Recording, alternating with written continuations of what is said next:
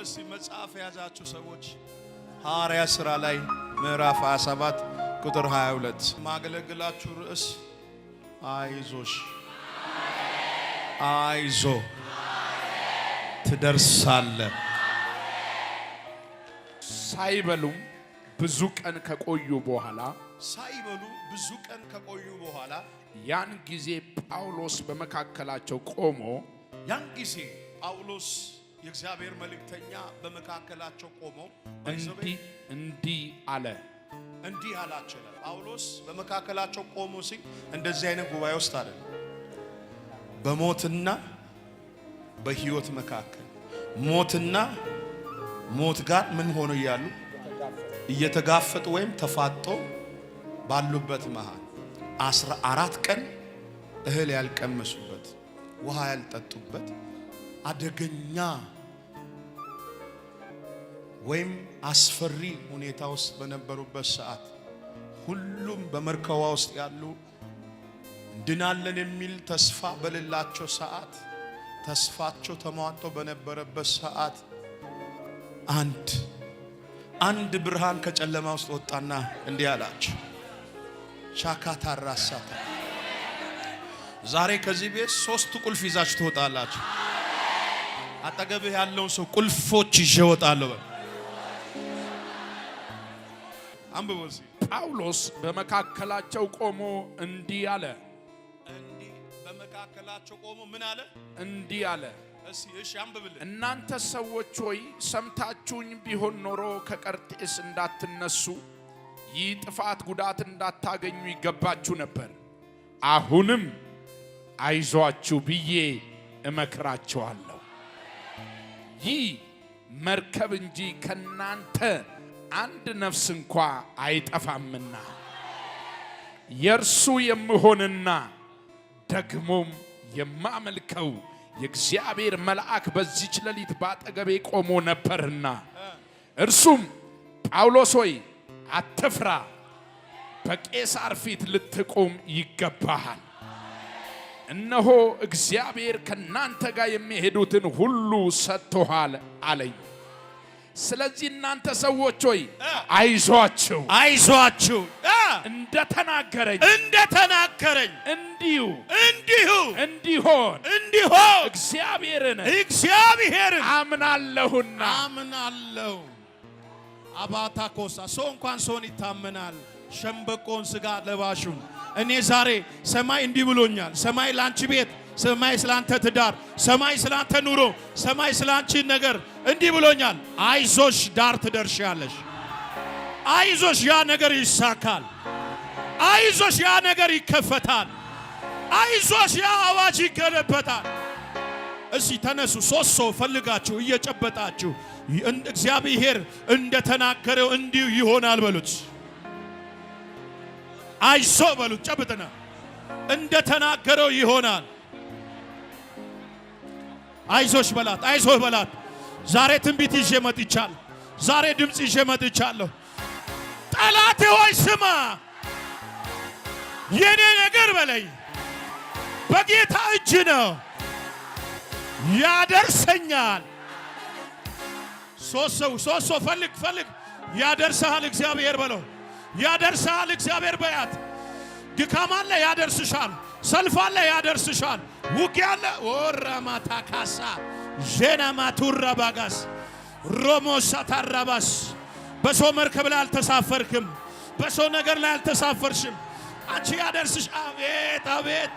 እስቲ ሰፈር ቀይራችሁ የሆነ ሰው ማታቁትን ሰው ጨብጡትና አትፍራ ያደርሰሃል። አትፍራ ያደርሰሃል።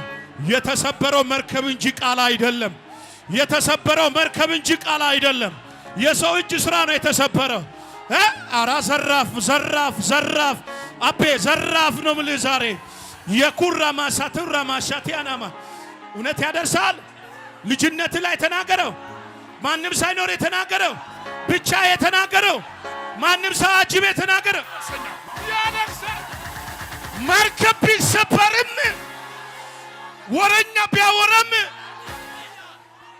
እስቲ አጠገባችሁ ያለው ሰው አይዞ በላት በለው። አይዞ ቃሉ ያደርስሃል። አዎ ንፋስ ስላለ አትፍራ። ማዕበል ስላለ አትፍራ።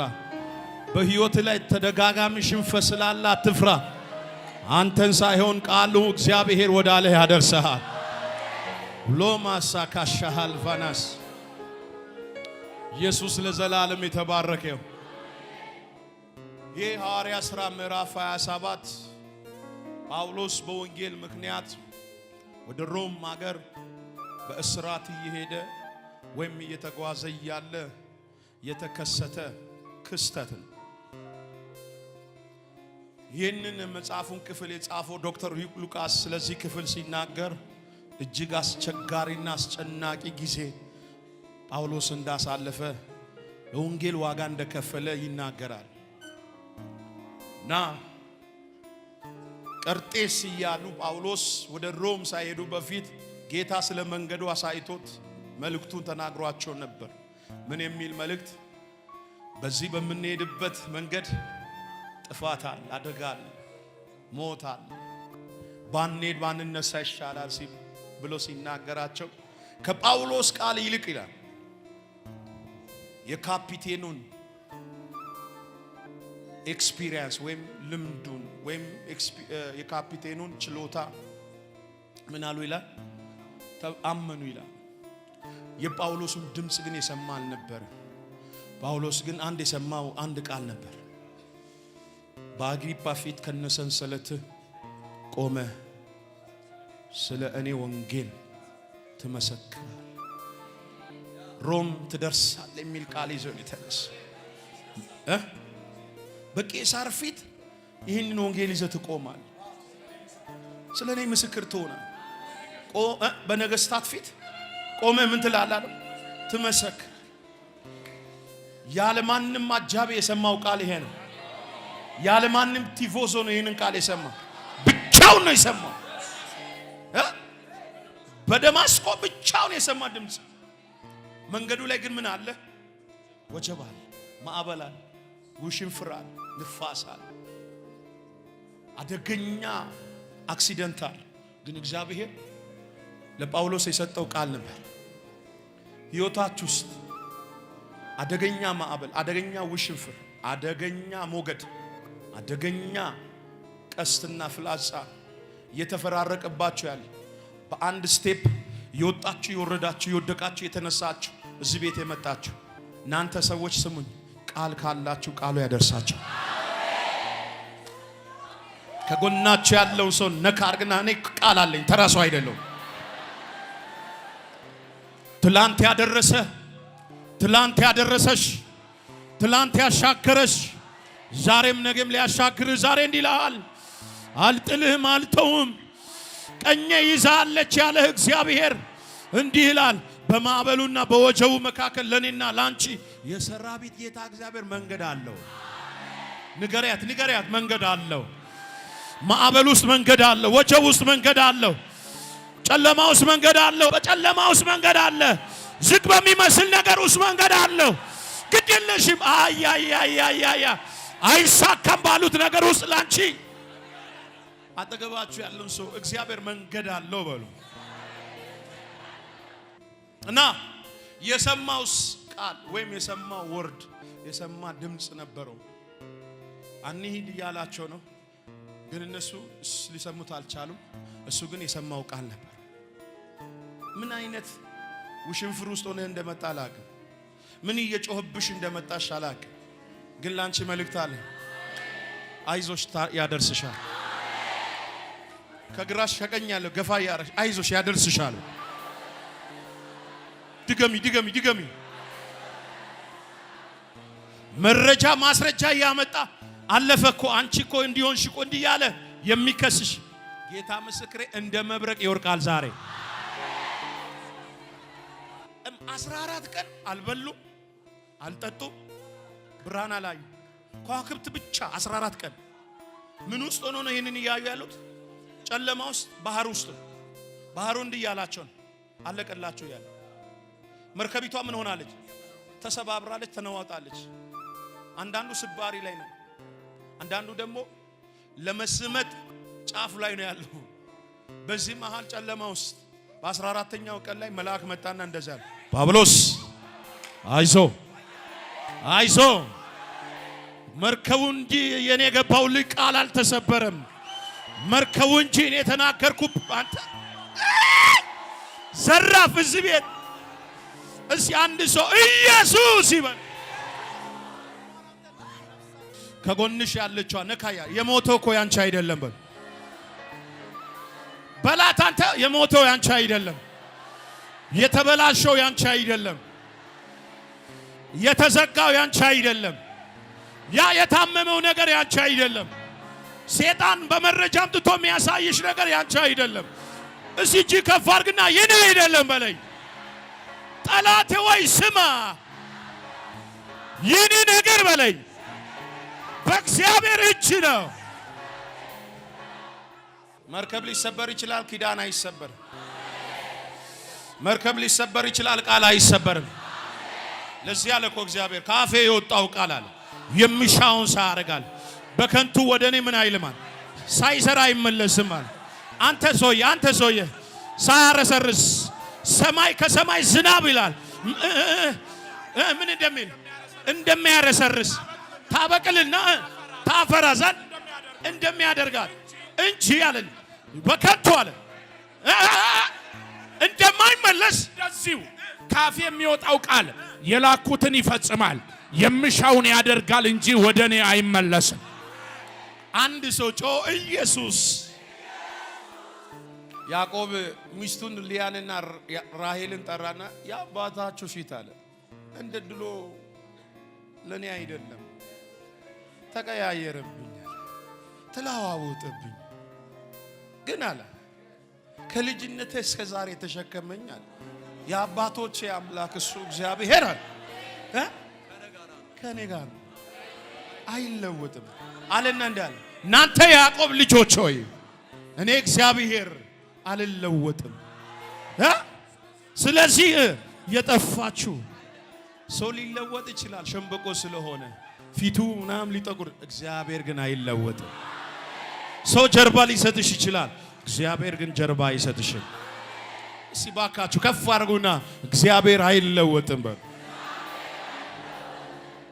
ና እንደዚህ ያለ በዛች መንፈቀል ምንድነው አደገኛው ሌሊት ላይ ተነሳ 276 በላይ ሰው ጭናለች ጥም አድርጋለች። አስቡ ዋጋ ገዝቶ የነበሩን ንብረት ሁሉ ወደ ባህር ጥለዋል። ሊያድናቸው አልቻለም። ያላቸው ተስፋ ሁሉ ኦሬዲ ተሟጦ አልቋል። በዚህ መሃል ጳውሎስ ብድግ አለና እንደዚህ እናንተ ሰዎች ሰምታችሁኝ ቢሆን ኖሮ አለ ይሄ አደጋና ጥፋት ባልደረሰባችሁ ነበር። አልሰማችሁኝ። ስንነሳ አደጋ አለ በዚያ መንገድ አትሂዱ እያልኳችሁ፣ ነገር ግን ቢሆንም አይዟችሁ። ማን እያለን አበበ ካፒቴን እያለ አልሰማችሁ? ረዳቱም የእስር ቤቱ መታለቃውም እያለ ሰንሰለት እጁ ላይ ታስሮ እስረኛ ብድግ አለና አይዟችሁ። ጌታ ምስክሬ ነው የምላችሁ፣ ትላልቅ ድምጽ ይዛችሁ በሆነ ሲስተም የታሰራችሁ ዛሬ ከነሰንሰላችሁ ራኩታ ራታላፋና አታታታታታታ ግዱቱ ዱጁጁጁጁ እሺ 3 ጊዜ አይዞ አላላችሁ? ማን ሁለት የመጨረሻ ከዛስ አይዟችሁ ብዬ እመክራችኋለሁ። ይህ መርከብ እንጂ ከእናንተ መካከል አንድም ነፍስ መርከቧ ምን ሆና ያለችበት ሰዓት ነው ተሰባብ። የሚገርም በዚህ ቃል አንዳንዱ በሳንቃዋ አይደል የሚለው፣ አንዳንዱ በመርከቢቷ ስብርባሪ ይላል። ዋኝቶ የሚችልም አለ የማይችልም አለ። ለዛ ሁሉ ወንጀለኛና ነፍሰ ገዳይ ቃል ብቻ ወጣላችሁ። ምን የሚል ቃል ነው? አይዟችሁ የሚል አይዞ ብቻ የሚለው ቃል ማለት የህይወትን ቻፕተር ይቀይራል። ይኸው ዛሬ በራችሁ ላይ ይሄ ቃል ተለጥፏል። እስቲ አንድ ሰው ከኔ ጋር አሜን። ከዛ ሳብዬ አንብብልኝ። የሱ የሚሆንና ደግሞ የማመልከው የእግዚአብሔር መልአክ አያችሁ ወደ ጳውሎስ ተልኮ የመጣው እንጂል ነው። አጠገባችሁ ያለውን ሰው ዛሬ በሉስ ያለ ተልኮ የሚመጣ መልአክ አለ። መልአክ ዝም ብሎ አይመጣም። ባይዘው መልአክ ተልኮ የሚመጣ ቃል ላለው ሰው ከጎናችሁ ያለው ሰው ቃል ካለ መልአክ ይመጣል በሉ። በዛች ድቅድቅ ሌሊት ላይ ምግብ ባልበሉበት ምናምን ባለቀበት ሌሊት ላይ የእግዚአብሔር መልአክ መጣና በአጠገቤ ቆሞ ነበር። እርሱም አለ ጳውሎስ ሆይ አትፍራ። እስኪ አጠገባችሁ ያለው ሰው እዩት። እግዚአብሔር አትፍራ ይልሃል በሉት። እውነት ውሸት? አትፍራ የሚለው ቃል 365 ጊዜ በመጽሐፍ ቅዱስ ገጽ ውስጥ ተጽፏል። የዓመት 365 ቀን ነው። በየቀኑ አትፍራ የሚል ቃል ተጽፎልሃል ማለት ነው። በወጣ ቁጥር ሁሉ አልፈራም እያልክ መውጣት ያለበት። ምን አትበሉ አለ። ከዛስ በቄሳር ፊት ልትቆምና ይገባሃል። እነሆ እግዚአብሔር ካንተ ጋራ የሚሄዱትን እስኪ አጠገባችሁ ያለው ሰው የሚሄዱትን ሁሉ በሉ ሰጥቶሃልና ምን አትበል አትፍራ። የተናገረህ ማን ነው? ወገኖቼ አንድ ነገር ልበላችሁ። እግዚአብሔር ከተናገራችሁ አትፍሩ። እስካሁን ህይወታችሁ ውስጥ እየሆነ ያለው የሆነው እግዚአብሔር የተናገረው ነው። እግዚአብሔር ያልተናገረው አልሆነም። እውነት ውሸት? እየሆነ ያለው ነገር በህይወት ውስጥ እግዚአብሔር የተናገረው። ስለዚህ እዚህ ቤት ውስጥ ያላችሁ በየትኛውም አይነት ኮንዲሽን በየትኛውም አይነት ሁኔታ ውስጥ ሆናችሁ የመጣ ይሄ ቃል ለጳውሎስ የመጣው እንደዚህ አይነት ጸጥ ያለ ሳይለንት የሆነ ጉባኤ ላይ ሳይለንት የሆነ ወንበር ላይ ተቀምጦ ሳይሆን ማዕበል ውስጥና ከሞት ውስጥ እየተጋፈጠ በነበረበት ሰዓት ላይ እግዚአብሔር ሶስት ነገር ተናገረው። አንደኛ አይዞ። እስኪ ያጠገባችሁ ያለውን እግዚአብሔር በሉስ ያለ አይዋሽም በሉ። በዚህ ቃል ብቻ አይዞ በሚል ቃል ማለት ነው የብዙ ሰዎች ቻፕተር በዚህ 4 ቀን ይቀየራል። እስኪ እጅ ከፍ አድርግና ተቀየረ። አንደኛ አይዞ አለው። ሁለተኛ አትፍራ። አንደኛ አይዞ፣ ሁለተኛ አትፍራ። በቄሳር ፊት ልትቆም ይገባል። ቄሳር ማለት ማንም ሳያጅበው እግዚአብሔር የተናገረው የኮቨነንት ቃል። ሮም ላይ ሄደ በሮም ንጉስ ፊት ቆመ ትመሰክራለህ። እዚህ ቤት ውስጥ ሁላችሁም ከኔ ጭምር ቃል አላችሁ። የሰማነው ትንቢት አለ። ለዚህ አንዳንድ ላይፎቻችን ላይ ማንፈልጋቸው ውሽንፍሮች፣ ወጀቦች፣ ንፋሶች፣ ዝናቦች ይመጣሉ። እግዚአብሔር የተናገረንን እስክንረሳ ያደርጉናል። ማንፈልጋቸው አንዳንድ ፊላሪቲዎች መጥተው ህይወታችንን ይከባሉ፣ ይጨልምብናል። በዚህ የተነሳ ስትራግል እናደርጋለን። ስትረስፉል ሆናችሁ የመጣችሁ ሰዎች ካላችሁ ለእናንተ መልእክት አለ። እግዚአብሔር የእንደገና አምላክ ነው እና እንደዚህ ነው ያለው፣ አትፍራ፣ ወደ ፍጻሜ ትደርሳል፣ ወደ ተናገርኩ ቃል ትደርሳል። የመጨረሻውን ቃል አንብብ። ሶስተኛው እነሆ እግዚአብሔር ካንተ ጋር የሚሄዱትን ሰጥቷል አለ። ስለዚህ እናንተ ሰዎች ሆይ እሺ አይዟችሁ፣ እንደተናገረ እንዲሁ እንዲሆን እግዚአብሔርን አምናለሁና እንዲሁ እንደሚሆን እግዚአብሔር ምን ይላል? አምና። አጠገባችሁ ያለው ሰው የጠራህን እግዚአብሔርን እመነው በሉት። እንዲሁ እንደሚሆን ምንድነው? እንዲሁ እንደሚሆን አምናለሁ ያለው የተናገረኝ ቃል ጠብ ሳይል እንደሚሆን አምና። ሰላም እንደሚሆን፣ እንደማንሞት፣ እንደምንደርስ፣ እንደምፌል እንደማናረግ ብዙዎቻችሁ አላችሁ። እቺ ቀን ታልፋለች ይሁን ያላችሁ፣ እቺ ሌሊት ታልፋለች፣ እቺ ምሽት። እግዚአብሔር ግን ዛሬ ያሳልፈን። አጠገባችሁ ያለው ሰው እግዚአብሔር ያሳልፋል በሉ። እስቲ ጨብጦ ፍሬ ጨብጦ ጨብጫት አጠገብሻል። ያደርሳል፣ ያስወርሳል። ጮክ ብለሽ እጅሽ ከፍ አድርጊና ያደርሳል፣ ያስወርሳል። እውነት ውሸት? በእውነት እግዚአብሔር ያደርስሻል፣ ያስወርስሻል። እስቲ አወዛውዝ ነው። ያደርሳል፣ ያስወርሳል።